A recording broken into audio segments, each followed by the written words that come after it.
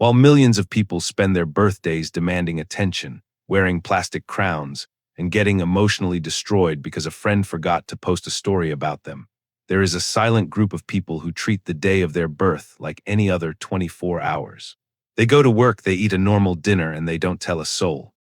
If you are one of them, people probably tell you that you are cold or boring or that you must be depressed. But according to psychology, your brain is doing something remarkably mature.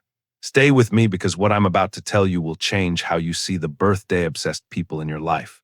Here is the truth. Treating your birthday like a normal day doesn't mean you hate yourself. It doesn't mean you are lonely. And it definitely doesn't mean you are broken. It might mean your brain has graduated from a social game you never agreed to play. Why do humans obsess over birthdays? Psychologically, it's about social verification. For most people, a birthday is a yearly audit of their popularity.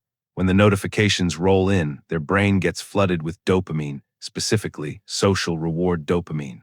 It is a temporary ego boost that says, "I matter, I am seen."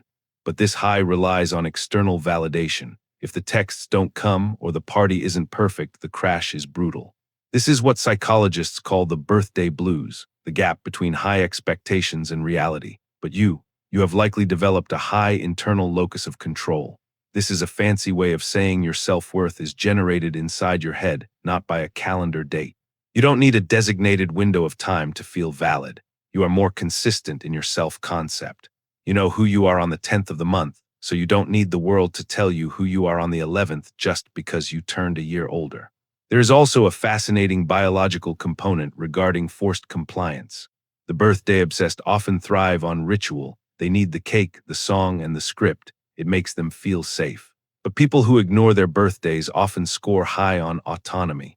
Your brain naturally resists being told how to feel. When society says, "You must be happy today," your brain pushes back. You aren't being miserable. You are being authentic. You prefer a genuine conversation on a random afternoon over a forced, happy birthday from a coworker who doesn't even know your last name. You likely value deep connection over broad attention. You would rather have one real friend call you next week than 500 acquaintances comment on a photo today. Your empathy allocation is different. You invest in the substance of relationships, not the symbols. The birthday person sees life as a series of peaks and valleys. You likely see life as a steady stream. You find meaning in the daily routine, the small wins, and the quiet moments. If you treat your birthday like a normal day, you aren't missing out on the human experience.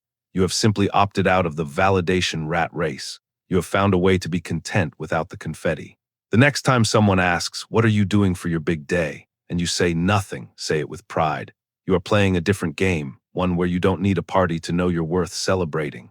For more videos like this, hit like and subscribe. I'll see you in the next one.